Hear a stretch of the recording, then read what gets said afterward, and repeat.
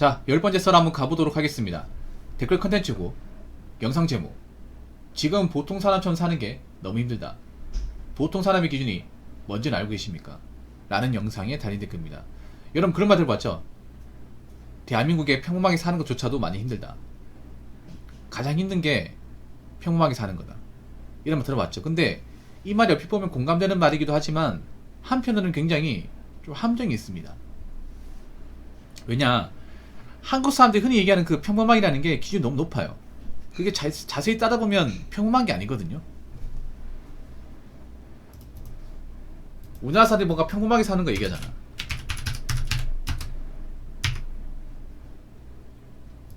네.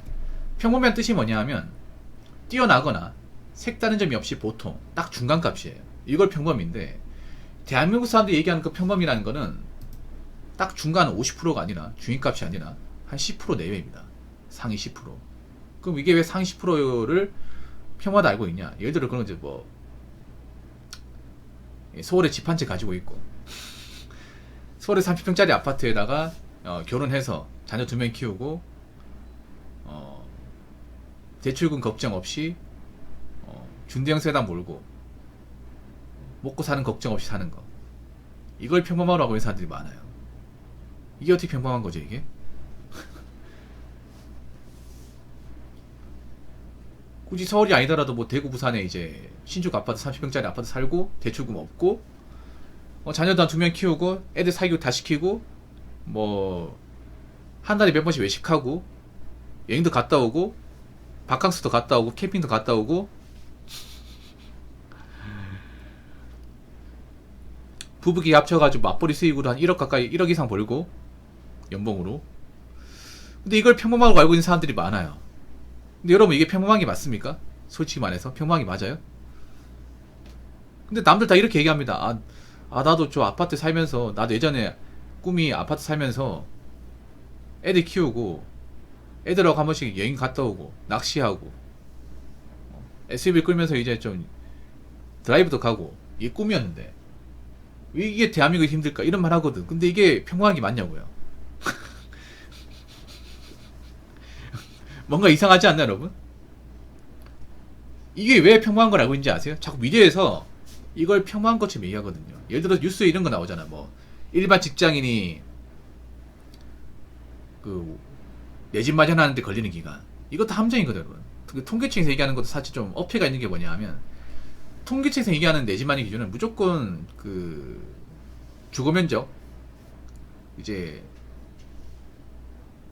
99.9 있죠. 30평짜리 아파트 기준이 잖습니다. 30평짜리 아파트. 그러니까 통계에서 얘기하는 내 집 마련도 무조건 30평짜리 아파트야. 30평짜리 아파트 비싸잖아요 여러분. 화장실 2개, 방 3칸에 드레스룸까지 있는 아파트 비싸잖아요. 9평 84 타입 아파트.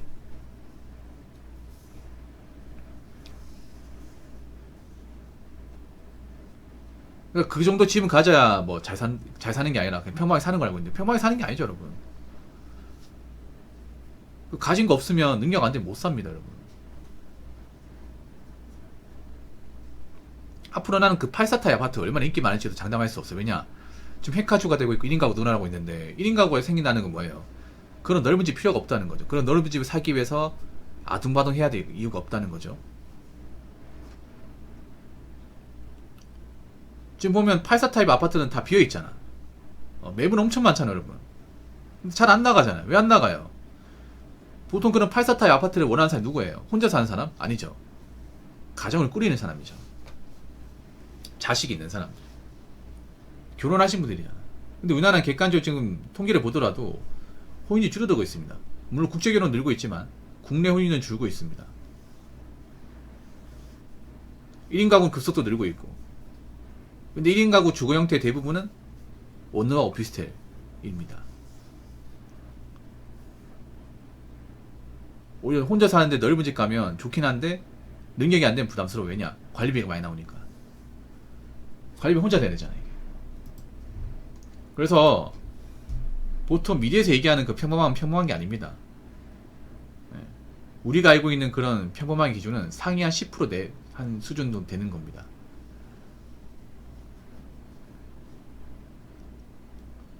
우리나라 평범만도 어떻게 보면 올려치기 하고 있다는 말이 맞는 것 같아요.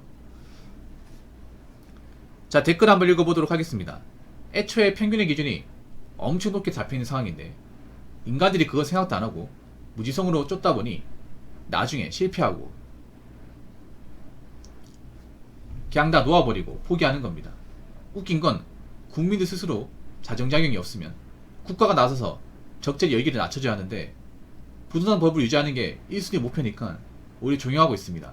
그런 사회 구조가 어떻게 지속 가능하겠냐. 불만이 많으신 것 같아요, 이분은. 그러니까 우리나라 평균이 너무 높아요. 사람들이 올려치기에 빠져있는 사람들이 많잖아. 그래서 요즘에는 평균값보다 중위값을 봐야 된다고. 중위값. 우리나라 이제 가구당 순자산은 높지 않습니다. 가구당 순자산. 가구가 뭐예요? 한 가족이죠, 가족. 1인 아니나. 우리나라 이제 평균 순자산이 4억 5천만 원 정도 되거든. 4억 5천만 원. 얼핏 보면 야 4억 5천이 많은 거 아니 생각할 수 있는데 그게 내게 아니라 우리 가족도 다 합쳐서 4억 5천의 얘기입니다. 순자산은 뭐냐? 이제 알맹이 자산.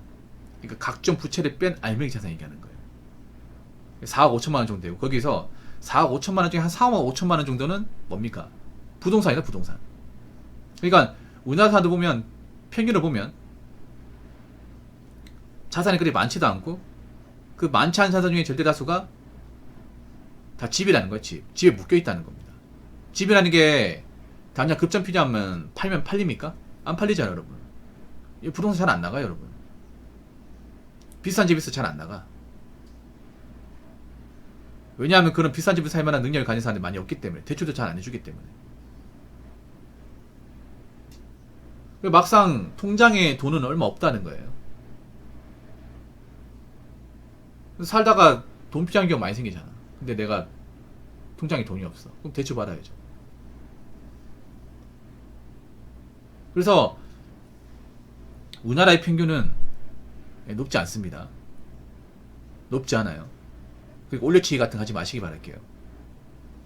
워낙에 개나 소나 뭐 잘 사는 척, 능력 있는 척 올려치기 많이 하다 보니까 진짜 대한민국의 현실적인 어떤 그런 기준치를 망각하는 경우가 정말 많아요. 여러분, 아파트 산다고 무조건 다 잘 사는 거 아니야. 물론 아파트에 잘 사는 사람이 많은 건 사실이지. 근데 오히려 지금 아파트 사는 사람이 더 위험해. 왜 위험하냐? 대출을 많이 받았으니까. 대출을 적당히 받는 게 아니라 너무나도 말도 안 되게 많이 받았으니까.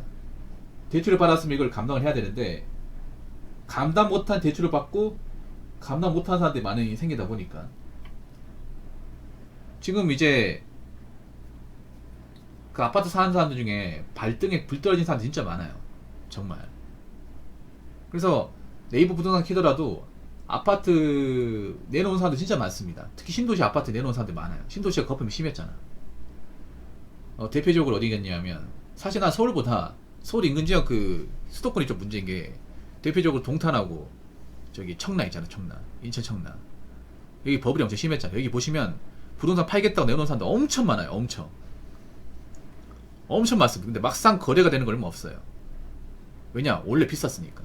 아마 거기 영구적도 무지하게 많을 거야. 무지하게.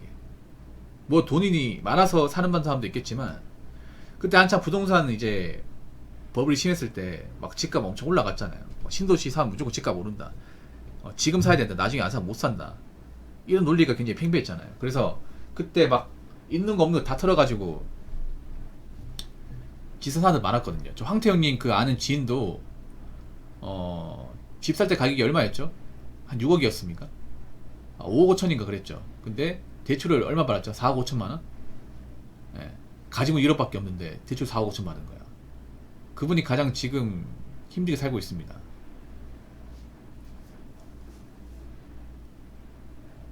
그러니까 뭐 집 살려고 무슨 대출을 말도 안 돼 그렇게 크게 받는 거야. 왜 집 하나에 왜 인생을 걸려 그래. 근데 그런 사람이 대한민국에 너무 많은 거죠 이게. 근데 그런 사람이 지금 위태위태하죠 이게. 금리가 조금이라도 올라가면 엎어지죠 이게. 모래성 같습니다. 모래성. 언제 누가 발로 탁 쳐버리면 넘어질 수 있는 모래성.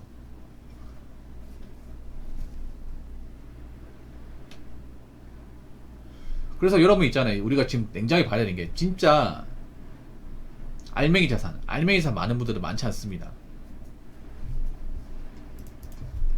그 대한민국에서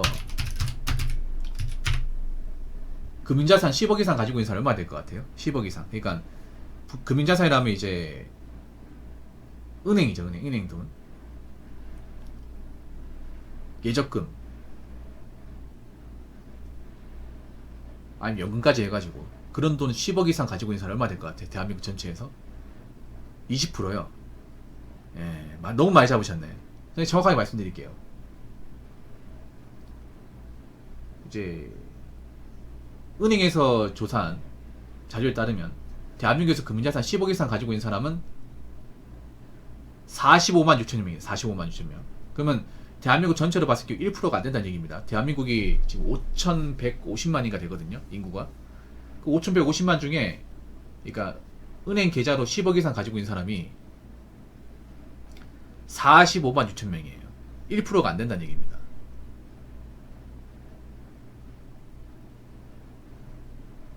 그 10억 이상 통장에 돈 있는 사람들.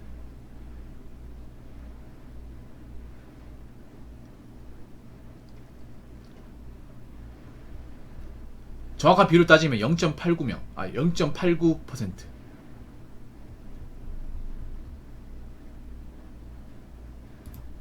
요즘 뭐 10억 가지고 있어도 부자가 아니라고 하잖아요. 근데 10억 가지고 있지 않은 사람이 대부분이야.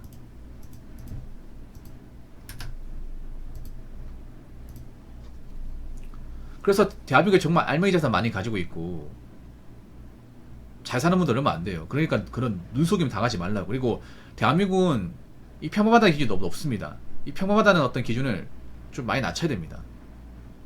무조건 30만 아파트 살아야 되고, 차는 뭐 어떤 세단 끌어야 되고, 연봉 얼마 돼야 되고, 결혼해야 되고, 이런 평범함 앞으로 이제 평범한 게 아닙니다. 아니, 결혼 자체 평범한 게 아니잖아, 이제는. 결혼에 사는 게 평범한 것 같다. 아파트에 사는 것도 평범한 게 아니야. 그래서 이 평범하다는 어떤 각자의 기준도 좀 많이 낮출 필요가 있습니다. 현실에 근접하게. 무슨 말인지 아시겠죠? 자, 이상으로 10번째 썰 마치도록 하겠습니다.